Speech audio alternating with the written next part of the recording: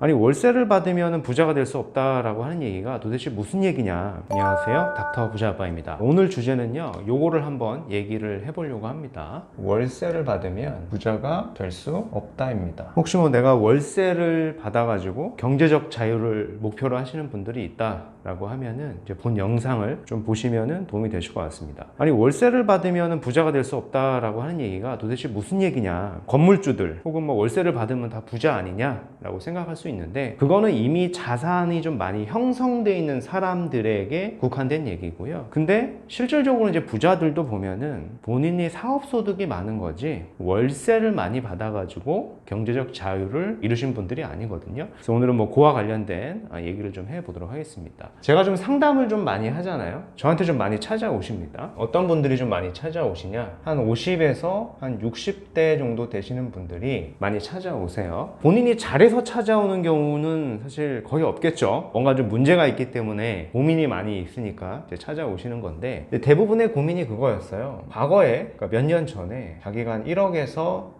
한 2억 정도로 월세를 세팅을 해놓는 거예요. 근데 이걸 세팅을 해놨는데 월세를 받을 땐 좋았는데 막상 이걸 내가 조금 팔고 싶을 때는 안 팔리고 오히려 자산 가치가 좀 더 떨어졌기 때문에 고민이 돼서 좀 찾아오시는 거죠. 근데 제가 이제 50에서 60대라고 좀 이렇게 나이대를 국한해 놨는데 최근에는 이 나이대가 더 낮아지는 것 같아요. 한 30에서 한 40대 그 이하도 많아요. 뭐 심지어 20대도 있는 것 같아요. 왜냐하면은 직장이라고 하는 것만 보고 사실 뭐 내가 소득을 만들어내는 게 한계가 있다 보니까 뭔가 좀 급여의 파이프라인을 만들려고 하다 보니까 젊으신 분들, 뭐 나이 드신 분들은 말할 것도 없고 좀 월세에 좀 많이 집착을 하시는 것 같아요. 근데 대부분 이러신 분들이 1억에서 2억으로 투자를 하신 좀 지역을 보면은 경기도 외곽이나 심지어 뭐 지방권도 있어요. 물론 입지가 안 좋다라는 거는 알고 계셨을 거예요. 근데 여기를 왜 투자를 했을까요? 문제는 이제 월세를 받으려는 목적이다 보니까 그래요. 이런 지역들이 수익률이 상당히 좀 높습니다. 뭐 많게는 7%에서 10% 가까이도 돼요. 뭐 특정 물건 같은 경우에는 그 이상도 있어요. 근데 뭐가 고민일까요? 왜 저한테 고민이라고 찾아왔을까요? 이제 문제는 그거죠. 수익률로 한번 계산해 보죠.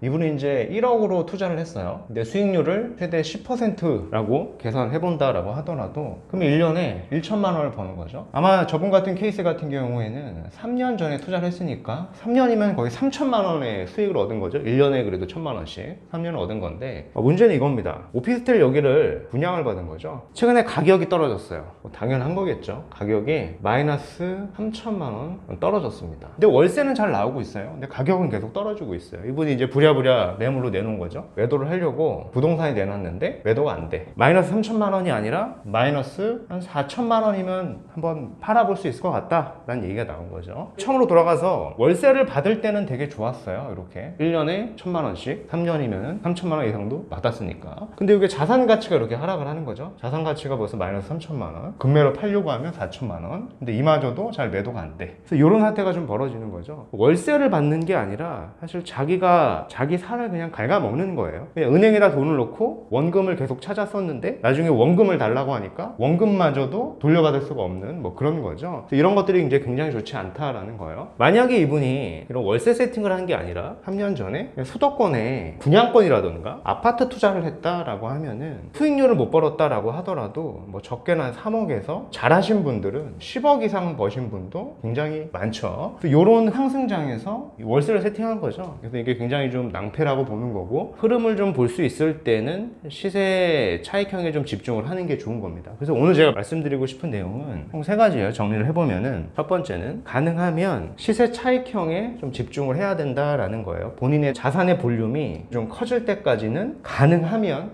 시세 차익형에 좀 집중을 해야 된다라는 겁니다. 근데 간혹가다 내가 좀 월세 투자를 좀 해야 되시는 분도 있잖아요. 그런 분들은 어떤 상품에 투자를 해야 되냐면 월세 수익률이 높지 않은 걸 사야 돼요. 월세 수익률이 낮다라는 얘기는 입지가 좋다는 얘기죠. 입지가 좋은 곳일수록 사실 월세 수익률이 높지가 않습니다. 예를 들어서 이런 상품을 사야 되는 거예요. 상가인데 현재는 오래된 상가지만은 이게 재건축이 가능해서 현재는 뭐 주택수에 주택에는 들어가지 않지만은 향후에는 아파트를 받을 수 있는 거, 이런 상품들이 요새 굉장히 많거든요. 주택에 있으신 분들은 일반적인 주택 투자로는 취득세, 뭐 양도세, 종부세 이슈가 있잖아요. 근데 상가를 투자를 하게 되면은 대출적인 부분도 제약이 크게 없고 향후에 재건축이 됐을 때 뭐 아파트도 받을 수 있고, 그렇다는 얘기는 시세 차익도 볼 수 있는 거죠. 물론 당장의 월세 수익률이 높지는 않을 거예요. 근데 이게 장기적으로 봤을 때는 더 좋은 거다라는 겁니다. 자산을 키울 수 있다라는 거니까. 자산을 키운 다음에 그 다음에 다시 월세 세팅을 하더라도 늦지가 않는 거예요. 그래서 세 번째가 뭐냐면, 내가 그래도 뭐 1, 200, 뭐 2, 300 이렇게 당장 생활비가 필요하신 분들도 꽤 계시잖아요. 이런 분들은 이렇게 오피스텔의 외곽지를 사지 마시고 차라리 좀 사업을 하자라는 겁니다. 사업이 거창한 걸 얘기하는 건 아니죠. 뭐 예를 들어서 요즘에 이런 거 많이 하잖아요. 뭐 3천에서 한 5천 정도 투자해서 뭐 무인 점포 같은 것도 많이 창업을 하시죠. 무인 점포도 보면은 수익률이 나쁘지 않습니다. 월 한 200만 원 내외도 이제 벌 수 있고요. 뭐 자본이 더 있으신 분들은 1억에서 2억 이렇게 하시면은 고시원도 할 수 있겠죠. 고시원 같은 경우에는 200이 아니라 400에서 많게는 뭐 600도 가능한 거니까, 요게 뭐 부족하다라고 하면 2개를 하면 되는 거고요. 그죠? 뭐 이런 식으로 좀 사업을 좀 적극적으로 하셔가지고 현금 흐름을 좀 만들어내는 게 좋다라는 거예요. 그러니까 우리가 이제 직장을 다니면서 아무것도 안 하면서 뭔가 현금을 좀 받으려고 하는데, 그렇게 하지 마시고, 우리가 직장이 지금 유한하잖아요. 유한하다 보니까 퇴직 후의 삶을 좀 준비를 해야 되는 거죠.